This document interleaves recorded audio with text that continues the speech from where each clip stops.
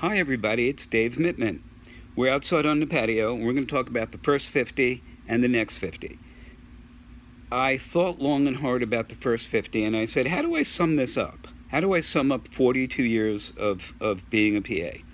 And for me, it wasn't my first diagnosis. It wasn't really anything to do with patient care. It was picking up my box of prescription pads, taking them back to my office, opening it up, seeing my name on it, and then writing a script. And part of me thinking I'd still get arrested, and part of me knowing it was legal and I could do it. And wow, just wow. And that's where our profession has come from. The first non-doctorate people writing prescriptions in this country for sure, and in many countries, I mean along with NPs, but in many countries, wow, just wow. So that's the first part. Where are we going? I would say residencies tied to doctorates for those that want. Residencies, in many cases, even if you don't want, in some specialties, because we'll need them. Title change will come with OTP. When we start adopting OTP, people are going to say, well, if you're not tied to the physician, you're going to need some new titles. So we're going to have to start looking at that. And I think more acceptance, really more acceptance. And that's in the next 15 years. 50 years, I can't even begin to speculate. My mind can't go there. I'm so glad to have been part of the last 50. And moving ahead, you know, it's going to be great. It's going to be great. I really mean it. Hi everybody, it's Beth Smolko. Happy PA Week. I've been a PA for 10 years and it's been exciting to see the tremendous changes in our profession over the past 10 years. Especially the change from people asking me when I was going to finish medical school to now asking for me to be their provider and not asking when the doctor is going to come in. They see PAs as integral parts of the healthcare system, providing great care and complex care. We don't take care of just the easy stuff. We don't cherry pick.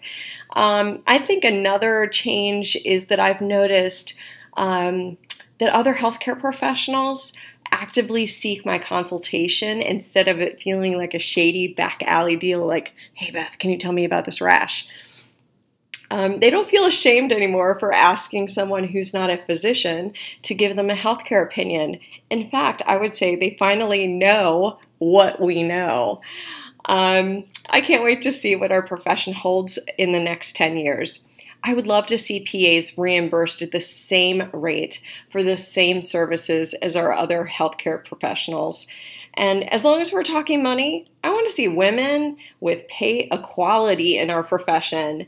They don't examine a body or diagnose it differently from a man. So why should we, in a female-predominant profession, be paid less than a man? Ladies, let's make pay parity happen. Gentlemen, think of your female colleagues, your wife, your sisters, your cousins, your aunts, your sisters, your daughters. They need pay parity too.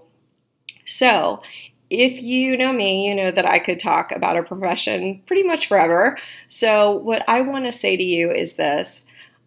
Let's just all reach for the stars in the next 50 years. Understand that PAs, the PA profession, will never be greater if we don't dream of greater things for our PA profession. So cheers to 50 years and happy PA Week, everyone. One of the things I love most about our profession is that we get to be a part of the history, that the profession is so young that every moment that we're doing things as PAs, that we're literally building the history. I think one of the things that I hope the most about the future of our profession is that we become the standard bearers for medicine, that people don't say, is it okay to see the PA, but rather they say, I would rather see the PA than anyone else. Hey Clinician One, happy PA Day. My name's Stephen Luia. I'm a second-year PA student at Lynchburg College of Virginia. As a student, I might not have a wealth of knowledge on where the profession has been, besides what I've learned. So I'd like to share a little excitement about the future, as well as give a student perspective. So, student perspective. I asked my classmates, what makes you most excited about being a future PA? The thing I hear the most is endless potential.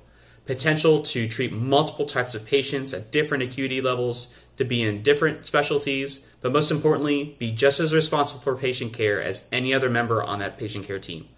Now, that's a lot of responsibility. However, we're ready for it, and we feel grateful for that opportunity.